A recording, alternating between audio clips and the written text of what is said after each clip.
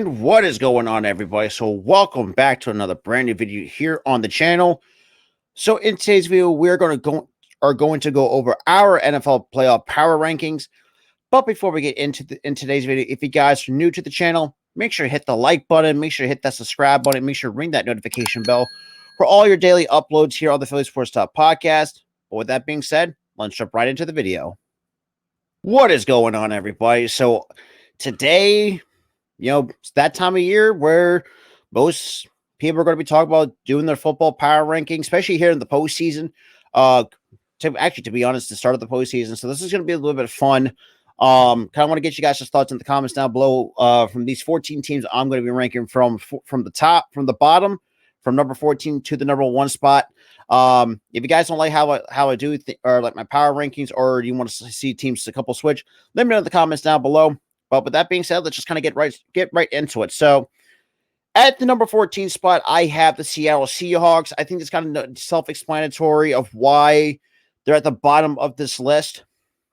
One thing in particular is that at times they just really struggled towards down the stretch, and they have not played this great stretch of football. Especially the fact that, they're definitely going to get matched up with the San Francisco 49ers, their division rival. It's not going to look good for the Seattle Seahawks. And, Geno and that offense has to play almost perfect football against the 49ers, and that's going to be a tall task to do. But number 13, I have the Tampa Bay Buccaneers. And, the reason why Tampa Bay's at 13, because they finished the season 8-9. And, just Tom Brady just really not saw what we expected him to see him at a high level in the regular season.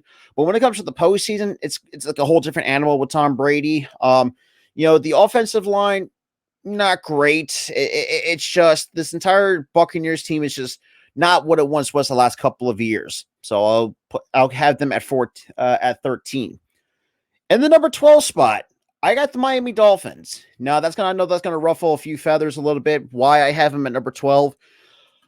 One in particular that they're not going to, the Tua is ruled out. So it's most likely it could either be Teddy Bridgewater or Skylar Thompson starting for them. And that's not going to be great against a tough Buffalo Bills team, which they're going to be matching up in Buffalo for the wild card. So it's not a good look for the Miami Dolphins. So I'll have them at 12. In the number 11 spot, I have the Baltimore Ravens. Now, the Baltimore Ravens, for those who have seen, how much I've been very critical of them throughout this entire season. Outside, them blowing fourth quarter leads. It's most likely we might not see Lamar Jackson play. So I could be wrong. So we'll see how that turns out at the time of this recording of this video. But the Ravens, one thing in particular is Lamar Jackson. If the Ravens can't play without Lamar Jackson, you've seen this team kind of struggle offensively. You had to let the OC Greg Roman kind of take over for the play calling. But number 10, I got the Chargers. Now the Chargers, I know that might seem a little bit high for the Chargers, and we can agree to disagree with that. The reason why I have the Chargers at 10, I think, especially the last game that since clinching the number 5 seed in the AFC, one of two AFC West teams representing in the postseason. And, I think if everybody just stays healthy, mostly, Mike Williams, most of that defense, I think this team can be, could be a sneaky dark horse team to make some noise in the postseason. Number 9, I got the Jacksonville Jaguars. Now the Jaguars, I know I have a little bit high inside the top 10 because I think with the kind of momentum that they have been running the last 2-3 weeks, obviously coming off a tough win against the Tennessee Titans. Trevor Lawrence still is now actually looking like what we expected him to be from a number 1 overall pick. And, obviously just Doug Pearson just working his magic with this team from Duval County. Number 8, I got the Cowboys. Now, I'm going to throw my bias out the window because the Cowboys, each and every year, has been always been a boom or a bust type of team where they always have these like great regular seasons, and they just fell short in the playoffs. No matter, it's mostly just first round exits. I think we have seen that more than a handful of times. I mean, it's kind of well documented at this point, which they are definitely going on the road in Tampa Bay to take on the Buccaneers. So I had the Cowboys at 8. Another boom and bust team I have in the number 7 spot is the Minnesota Vikings. Now the Vikings, for those that, like I said, I've been very critical of them a little bit based on the fact that they just had a very inconsistent season. And what I mean by that is like they had these double-digit games where they have won by like one score or less, where they only had blew out one opponent once by double digits. So it's been very inconsistent, both offensively and defensively for the Minnesota Vikings.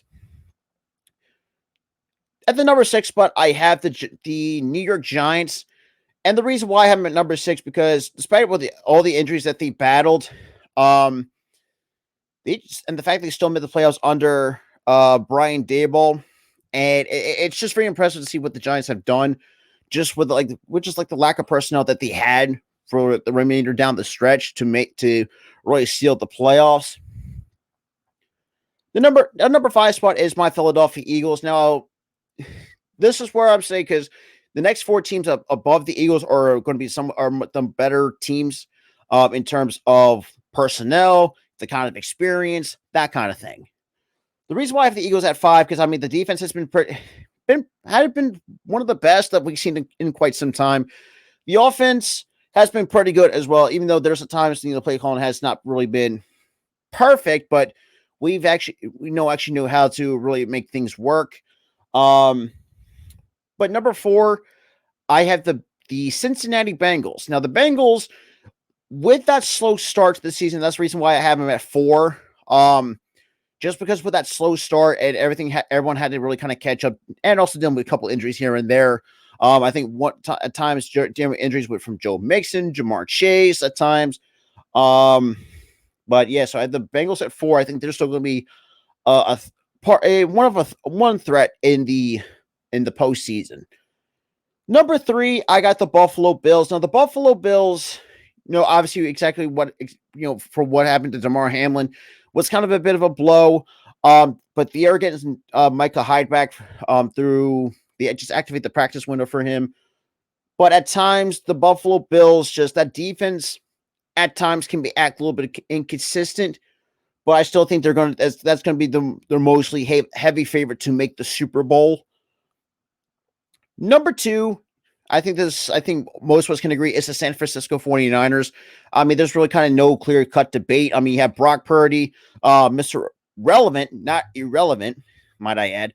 But, the defense has been very smothered. They got a really good running game, good wide receiver core. They got everything working for them, going into this postseason as the number 2 seed for the NFL playoffs. And obviously, number 1 is the Kansas City Chiefs. The Chiefs, now granted, they did have a bit of an inconsistent season in some aspects, but I still think they're still a good team. Finished 14-3 in the AFC West. Look, Patrick Mahomes had a really good season, but not the best season what we expect in Mahomes. Obviously, not dealing with Tyreek Hill, but still a good season nonetheless. But that's my power rankings. But what do you guys think about some of these spots? Let me know in the comments if you guys want what other teams that should be changed could be moved up or down. Like I said, let me know in the comments. And I am out.